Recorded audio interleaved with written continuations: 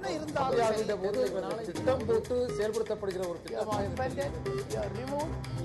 சூழலை உருவாக்குவதற்காக முடிவெடுப்பது என்று வரும்போது ஆட்சி பல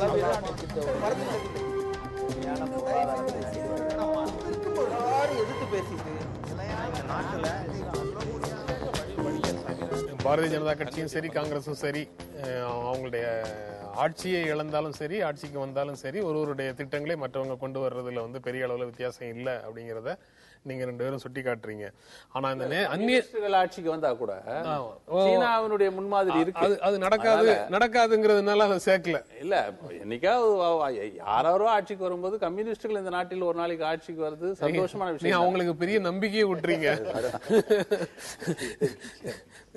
நீங்க முக்கியமான விஷயம் சுவாமிநாதன், அவங்க அந்நிய நேரடி முதலீட்டுக்கான தேவை அப்படின்னு சொல்றதுக்கு 2-3 காரணங்கள் சொல்றாங்கல்ல, அது எவ்வளவு தூரம் சாத்தியமானது? அவங்க வந்து மூலதனம் அதிகமானா தான் எல்லாருக்கும் காப்பீடுங்கிறது சாத்தியம், அதனால மூலதனத்திற்காக நாங்க அந்நிய நேரடி முதலீட்டை வரவேற்க வேண்டியது இருக்கு அப்படின்னு சொல்றாங்கல்ல, அது எவ்வளவு தூரம் சாத்தியம்? ஐயா பேசும்போது சொன்னாங்க இன்சூரன்ஸ் பெனிட்ரேஷன் வந்து ரொம்ப குறைவா இருக்கு, 3.2% தான் இந்தியாவில் ஆயுள் காப்பீட்டு கழகத்தால் தரப்படுதுங்கிறாங்க. ஆனால் அந்த அளவுகோலே தப்பு அப்படின்னு நினைக்கிறோம். அதாவது மொத்த உள்நாட்டு உற்பத்தியில் எவ்வளவு அப்படின்னு பார்ப்பது இன்சூரன்ஸ் ஊடுருவலுக்கு சரியான அளவுகோல் இல்லை. பெர் கேபிட்டா இன்கம், தனிநபர் சராசரி வருமானம் ஒரு நாட்டில் எவ்வளவு இருக்கு, அதில் இன்சூரன்ஸ் என்பது என்ன, எந்த அளவிற்கு ஊடுருவல் நடந்திருக்குன்னு பார்ப்பது என்பதுதான் சரியான அளவுகோலாக இருக்கும். ஏன்னா சட்டியில் இருந்தால் தான் அகப்பையில் வரும். மக்கள் கையில் வாங்கும் சக்தி குறைய நிதி சேமிப்புகள் என்பது குறையும். இந்த ஒரு 4 ஆண்டுகளாக பார்த்தீங்கன்னா நிதி சேமிப்புகள் பெரிய வீழ்ச்சியை சந்திச்சிருக்கு நான் பார்க்குறோம். ஆகவே சட்டியில் ஏன் இல்லைங்கிறதுக்கு காங்கிரஸ் தான் பதில் சொல்லணும். அதனால ஏன் பெனிட்ரேஷன் நடக்கலைங்கிறத கேள்வியை வந்து எல்ஐசியை பார்த்து பொதுத்துறை நிறுவனங்களை பார்த்து கேட்கக்கூடாதுன்னு நினைக்கிறோம்.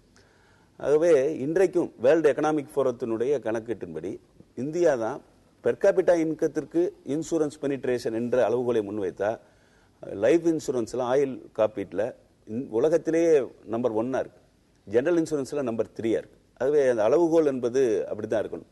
2வது, முதலீடுகள் அதிகமாக வரனால தான் இன்சூரன்ஸ் வணிகம் பரவலாக்கப்படும். ஆனால் பல ஆக்சுவரிஸ் உள்பட, இன்சூரன்ஸ் நிபுணர்கள் உள்பட என்ன கருத்தை முன்வைக்கிறாங்கன்னா, இன்சூரன்ஸ் துறையை பொறுத்தவரையில் முதலீடுகள் அதிகமான இன்சூரன்ஸ் வணிகம் பெருகும் என்ற கருத்தை அவர்கள் ஏற்றுக்கொள்ளல. நிறைய பேர் அப்படிப்பட்ட கருத்துக்களை வெளியிட்டிருக்காங்க. இன்னும் சொல்லப்போனால் எல்ஐசியில் வந்து முதலீடு வரும் 5 கோடி மூலதனம் 1956. அதுக்கு பிறகு கூடுதலாக ஒரு பைசா கூட இன்று வரை அரசாங்கம் அதில் முதலீடு பண்ணலை. ஆனால் எல்ஐசியை பொறுத்தவரையில் இன்றைக்கு 40 கோடி பாலிசிகளை, தனிநபர் பாலிசிகள், குழு காப்பீட்டு பாலிசிகளை எல்ஐசி வைத்துக் கொள்ள முடியுது. எல்ஐசியோட சொத்து மதிப்பு என்பது ஒரு 16 லட்சம் கோடியை தொடுகிற அளவுக்கு எல்ஐசி பெருசாக வளர்ந்திருக்கிறது. ஆகவே இந்த நிறுவனத்தினுடைய மிகப்பெரிய மையமான அம்சம் தேவை என்னன்னா, முதலீடு அதிகமாக இருப்பதில்லை, நம்பகத்தன்மை, அட்மோஸ்ட் குட் ஃபைத் என்று சொல்லுவாங்க. இது வந்து இன்சூரன்ஸினுடைய பிரின்சிபிள். ஆகவே அந்த நம்பகத்தன்மை என்று வரும்பொழுது அந்த நம்பகத்தன்மையை ஆயுள் காப்பீட்டு கழகம் தக்க வைத்திருக்க காரணத்தினால தான் இன்றைக்கு வந்து ஒரு மிகப்பெரிய அளவில் இன்சூரன்ஸ் ஊடுருவல் இந்தியாவில் நடந்திருக்கு. காப்பீட்டு துறையில 70% இது வந்து அந்த துறையினுடைய பங்கை வந்து எல்ஐசி வச்சிருக்கு. ஆனா 2013 செப்டம்பர் நிலவரப்படி இந்தியாவில் இருக்கிற 24 ஆயில் காப்பீட்டு நிறுவனங்கள்ல 17 நிறுவனங்கள் நஷ்டத்தில் இருக்கு. அது ஆனா நஷ்டத்திற்கு ஒரு பக்கம் இவங்க காரணத்தை தான் அவர் நம்பகத்தன்மைன்னு சொல்றாரோ அப்படின்னு தோணுது. அதனால இது வந்து நம்பகத்தன்மை இல்லாம அந்நிய முதலீடு வருமேயானால் கிட்டத்தட்ட வந்து 40,000 60,000 கோடி ரூபாய்க்கு இன்வெஸ்ட்மெண்ட் வரும். இன்னும் உடனடியாக ஒரு 20,000 கோடி இன்வெஸ்ட்மெண்ட் வர வாய்ப்பு இருக்கு. அதன் மூலமாக இன்கம் அதிகமாக முதலீடு வரும்போது எம்ப்ளாய்மெண்ட் ஜெனரேஷன் இருக்கு. நிறைய வந்து அதாவது சந்தையில போட்டி இருக்கிறப்போ எல்ஐசி கூட வந்து நிறைய பெனட்ரேஷன் இன்னும் அதிகமாக இருக்கும், சர்வீஸ் அதிகமாக இருக்கும். அவரை விட நீங்க தான் அதிகமாக அதை டிஃபெண்ட் பண்ணி பேசிக்கிட்டே இருக்கீங்க. பின்னாலே வந்தவர்கள் பாஜக, நாங்கள் முன்னாலே போயிட்டு எங்க கொள்கை இருக்கு. இன்னைக்கு 40,000 கோடி 50,000 கோடி சொல்லப்படுது இல்ல, நீங்க கொஞ்சம் பின்னோக்கி எடுத்து பாருங்க. 99 26% அனுமதிக்கும் போது எவ்வளவு வரும் என்று சொன்னாங்கன்னு எடுத்து பாருங்க. அவ்வளவு வரல. 6,300 கோடி ரூபாய் இல்ல 6,000 அவருடைய கட்சி வரல அப்படின்னு சொன்னா அவர் மகிழ்ச்சி தானே அடையணும். இல்ல நீ அவங்களும் அவரு கோபண்ணாவும் நீங்களும் சொல்ற கிளைம் வந்து நடக்கலன்னு சொல்றாங்க. ஜோதி, நீங்க எப்படி பாக்குறீங்க? முதலீடு வந்து தேவையில்லை அப்படின்னு சொல்றாங்க. முதலீடு தேவையில்லை அப்படின்னு சொல்றாங்க இன்சூரன்ஸ் கம்பெனிக்கு. அப்படி இல்லை. அது சாதாரணமா ஒரு வங்கித்துறையில் ஒரு 5000 ரூபாய் டெபாசிட் போட்டு அது என்னைக்கு மெச்சூரிட்டி ஆகிறதோ அன்றைக்கு தான் அதை மெச்சூரிட்டி அமௌண்ட்டை கொடுக்கணும். ஆனால் இன்சூரன்ஸ் கம்பெனியை பொறுத்த அளவில் இன்னைக்கு பிரீமியமா ஒரு 500 ரூபாய் கட்டிவிட்டால் நாளைக்கு மறுநாளைக்கோ அது அடுத்த மாதமோ மரணம் அடைந்து விட்டால் நிச்சயமாக அவருக்கு 1 லட்சம் ரூபாய் 2 லட்சம் ரூபாய் அவருக்கு லிக்விடிட்டி வேணும் அப்படின்னு சொல்றாரு. கேள்வி என்னன்னா 1956 இருந்து 2000 வரை இந்த IRDA மசோதா வர்ற வரை 44 ஆண்டுகளாக இந்த சால்வன்சி மார்ஜினோ அல்லது முதலீடு அதிகமா இருக்கணும், இந்த லிக்விடிட்டியோ எதுவுமே இந்திய நாட்டில் பேசப்படல. இன்னும் சொல்ல வரேன், அதற்கு பிறகு இந்த 2000 இருந்து 2014 வரை பேசப்படல. அதனால அடுத்து வர 2000 இருந்து 2014 வரை தனியார் இன்சூரன்ஸ் பன்னாட்டு இன்சூரன்ஸ் நிறுவனங்கள் வந்த பிறகு எதை அளவுகோலா வைக்கணும் அப்படின்னு சொன்னால் அவர் சொல்லுகிற கருத்துக்கு கிளைம் செட்டில்மெண்ட் ரேஷியோ, பாலிசி உரிமை பட்டுவாடாதான அளவுகோலாக இருக்க முடியும். அந்த அளவுகோல்ல LIC இப்ப 2014 கூட 99.68% எது இவர் சொல்ற முதிர் உரிமம் மெச்சூரிட்டி பெனிஃபிட் 99.3% இறப்பு உரிமம் டெத் பெனிஃபிட் செட்டில் பண்ணிருக்காங்க. நான் கேட்கிறோம், இந்தியாவில் வந்திருக்கக்கூடிய பன்னாட்டு இன்சூரன்ஸ் நிறுவனங்களை கேட்கல, உலகம் முழுக்க பன்னாட்டு நிறுவனங்களை அனுமதிக்க வேண்டும் என்று சொல்லக்கூடிய ஆட்சியாளர்கள் ஏதாவது ஒரு நிறுவனத்தை இவ்வளவு கிளைம் செட்டில்மெண்ட் ரேஷியோவை எட்டிய ஒரு நிறுவனத்தை காண்பிக்க முடியாது. ஒரே ஒரு நிமிஷம், இந்த நம்பகத்தன்மையை பொறுத்த வரைக்கும் அவர் சொல்ற ஐயா சொல்றது சுவாமிநாதன் சொல்றது நான் 100க்கு 100 உடன்படுறேங்க. பொதுத்துறை நிறுவனங்கள்கிட்ட உள்ள நம்பகத்தன்மை தனியார் துறையிட்ட கிடையவே கிடையாதுங்க. இப்போ உதாரணத்துக்கு நான் பர்சனலாக ஒரு அனெக்டட் கூட சொல்லுவேன். என்னுடைய கார் போய் ஆக்சிடென்ட் ஆயிடுச்சு, கீழே இடிச்சிருச்சு, கண்ணாடி நொறுங்கிடுச்சு, அந்த வைப்ரேஷன்ல கண்ணாடி கீழே தான் அடிச்சது, கண்ணாடி கொடுக்க முடியாதுன்ட்டு அது 8000, that is the maximum amount, அதை கொடுக்க முடியாதுங்கிறாங்க. ஏன்னா அந்த ஃபைன் பிரிண்ட்ஸ்ல வந்து கண்டிஷன்ஸ் அப்ளை இதெல்லாம் சொல்றாங்க. இதெல்லாம் வந்து அதுக்கப்புறம் ஈவன் நடந்த பிறகு சொல்றாங்க, முன்னாடியே நம்ம பாலிசி எடுக்கும்போது சொல்றது இல்லை. ஸோ இது மாதிரி விஷயங்கள் தனியார் துறையில் நிறைய இருக்குது.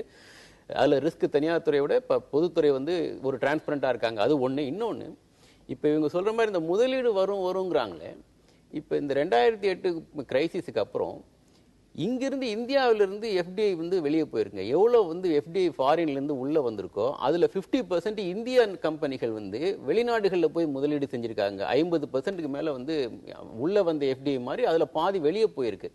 இதை நம்ம வந்து வெளியே போற அளவுக்கு எப்படி விட்டோம்? இங்க பாருங்க, அதை கண்ட்ரோல் பண்ண வேண்டியது இல்ல. இங்க பாருங்க, இங்க வந்து நிறைய கவர்னன்ஸ் இஷ்யூஸ், இங்க வந்து முதலீடு செய்யக்கூடிய இங்க நல்ல ஒரு முதலீடு செய்யக்கூடிய ஒரு சூழல் இருந்தா, கவர்னன்ஸ் இங்க நல்லா இருந்தா, அது மாதிரி இஷ்யூஸ் எல்லாம் இங்க நிறைய தீர்க்கப்பட்டிருக்குன்னா இந்த முதலீடுலாம் இங்கேயே வந்திருக்கும். அதனால ஒண்ணு. ரெண்டாவது, இப்ப நீங்க இதை 49 ஆக்கணும்னு அவங்க எல்லாம் இன்வெஸ்ட்மெண்ட் எடுத்துட்டு வந்து இங்க பண்ணிடுவாங்களா? இப்போ FDIல ரீட்டைல் சொன்ன எல்லாம் இன்வெஸ்ட்மெண்ட் அப்படியே உள்ள வந்துருச்சா? இவ்வளவு 1000 கோடி வரும், இதுக்காக தான் நம்ம செய்யறாங்கிறாங்க. ஆக்சுவலா எவ்வளவு வந்ததுங்கிறத பத்தி எந்த ஒரு அக்கவுண்டோ ஒரு எஸ்டிமேஷனோ எதுவுமே வந்து கிடையாது. என்வயரன்மென்ட்க்கு சூழலை கிரியேட் பண்ணனும்ல, அப்படி ஒரு சூழல் வந்தாதான் இன்வெஸ்ட்மெண்ட் வரும். ஜோதி சிவஞானம் சொன்ன ஒரு விஷயத்தை ஒட்டிய இன்னொரு விஷயத்தையும் பேசிட்டு அதுக்கப்புறம் உங்ககிட்ட பதில் கேட்கிறேன். அவர் வந்து அவருடைய காரு போய் இடிச்சதுக்கு கிளைம் போகும்போது கண்ணாடியை கணக்குல சேர்க்க மாட்டேங்கிறாங்க அப்படின்னு சொன்னாரு. இதை விட இன்னும் ரொம்ப முக்கியமான ஒரு விஷயத்த சுவாமிநாதன் வந்து அவருடைய கட்டுரையில குறிப்பிட்டிருக்கிறாரு. அதனால அவரே அதை சொல்லிட்டாருன்னா அதுக்கப்புறம் போகலாம். ஹேமந்த் கர்கரே அவர் வந்து மும்பை தாஜ் ஹோட்டல்ல வந்து அந்த தாக்குதல்ல பெரிய ஹீரோ. இன்னைக்கு வந்து தீவிரவாதத்தை எதிர்ப்பது பத்தி நிறைய பேசுகிற அரசாங்கம் இது. அவர் அப்படிப்பட்ட ஒரு தேசம் போற்றிய ஹீரோ. அவருடைய டெத்து கிளைம் வரும்போது அவர் LICல பாலிசி எடுத்திருந்தாரு. 48 மணி நேரத்திற்காக LIC வீடு தேடி கதவை தட்டி அவருடைய பாலிசி உரிமத்தை வழங்கினாங்க. அவர் தனியார் இன்சூரன்ஸ் நிறுவனத்திலையும் பாலிசி எடுத்திருந்தார். தனியார் இன்சூரன்ஸ் நிறுவனம் என்ன விதிமுறைகளை காண்பித்து இதுல தீவிரவாதம் உள்ளடங்கவில்லை, அல்லது இவர் வந்து தனக்கு உயிருக்கு ஆபத்து வரும் என்று தெரிந்துதான் அந்த ரிஸ்கை எடுத்தார் என்று சொல்லி அந்த உரிமத்தை வழங்க மறுத்தாங்க. இது வந்து ஒரு மிகப்பெரிய ஹீரோவுக்கு இதுதான் கதி என்று சொன்னால் அதான் எங்களுடைய கேள்வி. ஒரே ஒரு விஷயம், முக்கியமான விஷயம் இதை ஒட்டி இவங்க இப்ப 2000 தான் வந்து இந்த தனியார் துறை வந்து நம்ம அலோவ் பண்ணிருக்கோம் இதுல வரதுக்கு. 2000க்கு முன்னாடி வந்து LICக்கு தான் 100%. இன்னைக்கு இருக்கிற 70% வந்து 2000 100% இருந்தது. 14 வருஷம் ஆயிடுச்சுங்க. 14 வருஷம் ஆகி அலோவ் பண்ணியும் 26% 24% தான் தனியார் மக்கள் போயிருக்காங்க. மார்க்கெட் ஷேர் அவ்வளவுதான். அப்படின்னா இன்னமும் 74% மார்க்கெட் ஷேர் LICக்குன்னா அதன் மேல மக்களுக்கு உள்ள நம்பிக்கையும் தனியார் துறையை நீங்க அனுமதித்து அந்நிய முதலீடு வரவழைக்கணும். அந்நிய முதலீடு வந்தாதான் தனியார் துறையை சிறப்பாக செயல்பட முடியும். தனிப்பட்ட தனி மனிதர்களுடைய உரிமை ஹேமந்த் கர்கரே இவ்வளவு பெரிய காவல்துறை அதிகாரி, அவர் எல்ஐசியிலும் காப்பீடு எடுத்திருக்கிறார், தனியார் துறையிலும் காப்பீடு எடுத்திருக்கிறார் என்றால் அந்த துறையை நம்பி இருக்கிறார். அவர் எப்படி சொல்ல முடியும்? ஐயா ஜோதி சிவஞானம் ஐயா எதுக்கு தனியார் துறையில போய் அவர் அந்த காப்பீட்டு துறையை எடுத்தாரு? அப்போ அவருக்கு தனியார் துறையிலே, தனியார் காப்பீட்டு நிறுவனத்திலே அவருக்கு நம்பிக்கை இருக்கிறது, எடுத்தார். உங்களை போன்றவங்க சொல்றத நம்பி எடுக்கிறது தான். அதுக்கப்புறம் கிளைமுக்குன்னு போகும்போது இப்படி நடக்குது. எல்ஐசிலயும் அந்த மாதிரி பிரச்சனை வரும். எல்ஐசிலயும் அந்த மாதிரி பிரச்சனை வந்தா ஆம்புட்ஸ்மேனுக்கோ அல்லது நீதிமன்றத்திற்கோ செல்ல வேண்டும். அதேதான் தனியார் துறையிலும். தனியார் துறையிலும் என்ன பிரச்சனை இருக்கிறதோ அது எல்ஐசிலயும் பிரச்சனை இருக்கிறது. அதாவது முதிர்வு தொகை எனக்கு தெரியும் இல்ல 50% மேல அவுட்ஸ்டாண்டிங் கிளைம்ஸ் ரேஷியோ இருக்கக்கூடிய தனியார் நிறுவனங்கள் இருக்கு. எந்த பிரச்சனையும் இல்ல. அதாவது தனியார் துறையில் முதிர்வு தொகையை பொறுத்த அளவில் எந்த பிரச்சனையும் இல்ல. கிளைம்ஸ் என்று வருகின்ற பொழுது சில அவர்களுக்கென்று சில கோட்பாடுகளை வைத்திருக்கிறார்கள். இது தீவிரவாதம், அதனால் வர முடியாது, அல்லது தற்கொலை செய்து கொண்டால் இதற்கு கிளைம் கிடையாது. எந்த விதமான மதிப்பீடுகளை அது முன்வைக்குது அப்படிங்கிறது வந்து ஒரு கேள்வியாக வருது. நீங்க வந்து ஒரு போலீஸ்காரரு கிளைம் எடுக்க ஒரு பாலிசி எடுக்கிறாருன்னா அவர் தொழிலே வந்து அவருடைய உயிருக்கு அச்சுறுத்தல் இருக்கக்கூடிய ஒரு தொழில் தான். அதனால அவருக்கு எந்த கிளைமுமே நீங்க கொடுக்க முடியாதுன்னு சொல்ற மாதிரி ஒரு ஆர்கனைசேஷன் இருந்ததுன்னா அதை எப்படி புரிஞ்சுக்கிறது? அந்த பாதுகாப்பு அம்சத்தை தான் பாராளுமன்றம் விவாதிக்க வேண்டும். அதுதான் இந்த காவல்துறை அதிகாரிக்கு இது கிடையாது என்று சொன்னால், பத்திரிகை துறை அதிகாரிகளுக்கு இது கிடையாது, பத்திரிகை துறை நிருபர்களுக்கு இது கிடையாது என்று சொன்னால் அந்த பாதுகாப்பு அம்சத்தை தான் தெளிவாக வெளியிட வேண்டும் என்பதெல்லாம் இவர்களை போன்ற கம்யூனிஸ்ட் தோழர்கள் அதை பாராளுமன்றத்தில் விவாதிக்க வேண்டும். அது காவல்துறை அதிகாரிக்கு, மிலிட்டரி அதிகாரிக்கு இது கிடையாது என்று ஒதுக்க கூடாது என்றெல்லாம் 2008 இருந்து 2014 வரைக்கும் அதை விவாதிக்கிறதுக்கு நீங்க விட்டீங்களா? அவசியம் இல்லாமல் எந்த விதத்திலும் முடக்கவில்லை. அமைச்சர்களை நீக்க வேண்டும் என்பதற்காகத்தான் பாராளுமன்றத்தை முடக்கி இருக்கிறோமே தவிர இதை போன்ற மசோதா விவாதங்களில் கருத்து அல்ல. தனியார் இன்சூரன்ஸ் நிறுவனங்களுடைய நம்பகத்தன்மையை சோதிப்பதற்கு இறப்பு உரிமத்தை பத்தி பேசுறோம், அதுல அவங்க தர மறுக்கிறார்கள் என்று நாம் பேசுறோம். அவர் சொல்றார் முதிர்வு உரிமத்தை மெச்சூரிட்டி பெனிஃபிட்டை தருவதில் பிரச்சனை இல்லைங்கிறார். இது வந்து ஒரு நீண்ட கால ஒப்பந்தம், ஆயில் இன்சூரன்ஸ் ஒப்பந்தம். 20 ஆண்டுகள் 25 ஆண்டுகள் வர பாலிசி எடுப்பாங்க. ஆகவே தனியார் இன்சூரன்ஸ் நிறுவனங்கள் முதிர்வு உரிமத்தை எப்படி தருகிறார்கள் என்பதை சோதிப்பதற்கான கால அவகாசமே இன்றைக்கு அந்த தனியார் நிறுவனங்களுடைய லைஃபுக்கு இல்லை. 5 வருஷம் ஆயிருக்கு, 6 வருஷம் ஆயிருக்கு. ஆகவே இன்னைக்கு இறப்பு உரிமங்கள்ல இப்படி செய்பவர்கள் நாளை முதிர்வு உரிமங்கள் என்ன செய்வார்கள் என்பதை பற்றி இன்னொரு 5-6 வருடங்கள் கழித்து தான் நம்ம பேசணும். இதெல்லாம் செய்யறதுக்கு ஃபாரின் இன்வெஸ்டர்ஸ் இங்க உள்ள வர தேவையில்லை. இங்க இருக்கிற இன்சூரன்ஸ் இண்டஸ்ட்ரியை ரெகுலேட் பண்ணாலே போதும். நீங்க தான் சொல்லணும். இல்ல 2000ல அதுக்கு இப்ப தனியார் துறைக்கு நீங்க அனுமதி கொடுத்துட்டீங்க. இன்சூரன்ஸ் துறையில வந்து பங்கு பெறுவதற்கு கொடுத்த பிறகு அவர்களுக்கு முதலீடு தேவைப்படுகிறது. அந்த முதலீடை நாம் அனுமதிக்கிறோம். அது 26% என்று காங்கிரஸ் கட்சி சொன்னது, இப்ப இவங்க 49 சொல்றாங்க. அதை பற்றி நாடாளுமன்றத்தில் விவாதித்து ஒரு முடிவுக்கு வரட்டும். ஆனால் என்னை பொறுத்தவரை என் மகன் ஒரு தடவை நான் கேட்டேன், எங்க வீட்டு அனுபவத்திலே சொல்றேன். அவன் வந்து ஏன் எல்ஐசியில நீ பண்ணலன்னு சொன்ன போது, அங்க சர்வீஸ் சரியில்லை, நான் பஜாஜ் அலையன்ஸோ ஏதோ ஒரு இதுல இன்சூரன்ஸ் நான் பண்றேன், சர்வீஸ் ரொம்ப நல்லா இருக்கு அப்படின்னு சொல்லி, தனியார் துறையில சர்வீஸ் நன்றாக இருக்கு, எல்ஐசியில சர்வீஸ் சரியா இல்லை என்ற ஒரு குறைபாடு இன்றைய இளைஞர்கள் மத்தியில எல்லாம் இருக்கு. ஆக நான் என்ன சொல்றேன், சந்தை முடிவு பண்ணட்டும், மார்க்கெட் முடிவு பண்ணட்டும், அதை வந்து நுகர்வோர் முடிவு பண்ணட்டும், பயனாளிகள் முடிவு செய்யட்டும், எந்த நிறுவனத்துல போய் காப்பீட்டு இதை பண்றதுன்றத அந்தந்த முடிவு பண்ணட்டும். ஹேமந்த் கர்கரே அனுபவம் என்னன்னு எனக்கு தெரியாது. அவர் வந்து மிகப்பெரிய பஜாஜ் அலையன்ஸ் தான் நான் ஏமாந்ததுங்க. இல்ல நீங்க ஏமாந்துருக்கலாம், அதே போல இன்சூரன்ஸ்லயும் நிறைய பேர் ஏமாந்துருக்கலாம். எல்லா இடத்துலயும் எல்லா அனுபவம் இருக்கும். ஆனால் சந்தையில போட்டி இருக்குமே, ஆனால் சர்வீஸ் நன்றாக இருக்கும். இப்ப பாருங்க, இப்ப தனியார் துறையில வந்து தொலைத்தொடர்பு துறையை கொடுத்தோம். ஒரு காலத்துல கோடம்பாக்கத்துல 12 வருஷம் காத்துக்கிட்டு இருந்தோம் தொலைபேசிக்கு. இன்னைக்கு என்ன நிலவரம்? மிகப்பெரிய புரட்சி நடந்திருக்கு. 100 கோடி பேர் செல்பேசி வச்சிருக்காங்க. ஆக சந்தையை திறந்து விடுங்க. உள்கட்டமைப்பு வசதிகளை நீங்க உருவாக்கி கொடுக்காம, சந்தை அதற்கான சூழல்ல முதிர்ச்சி அடைஞ்சு காத்துட்டு இருக்காம யாரும் இங்க வந்து இன்வெஸ்ட் பண்ண மாட்டாங்க. ஒரு நாள் யாரும் நீங்க அதையெல்லாம் அரசு துறை செய்யணும். அறுவடை செய்வதற்கு மட்டும் அவங்க வந்துட்டு போவாங்க மாதிரியான ஒரு சூழல்ல அதனுடைய அவசியத்தை பத்தி பேசுறோமோன்னு ஒரு எண்ணம் வருது. நம்ம பேசலாம். ஒரு இடைவேளைக்கு அப்புறம் நம்ம தொடர்ந்து பேசலாம். ஒரு இடைவேளைக்கு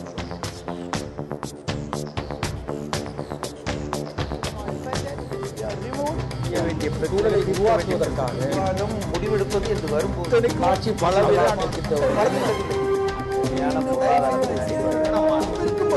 எதிர்த்து பேசிட்டு மக்கள் தங்களுடைய பங்களிப்பை அளிக்க வேண்டும்.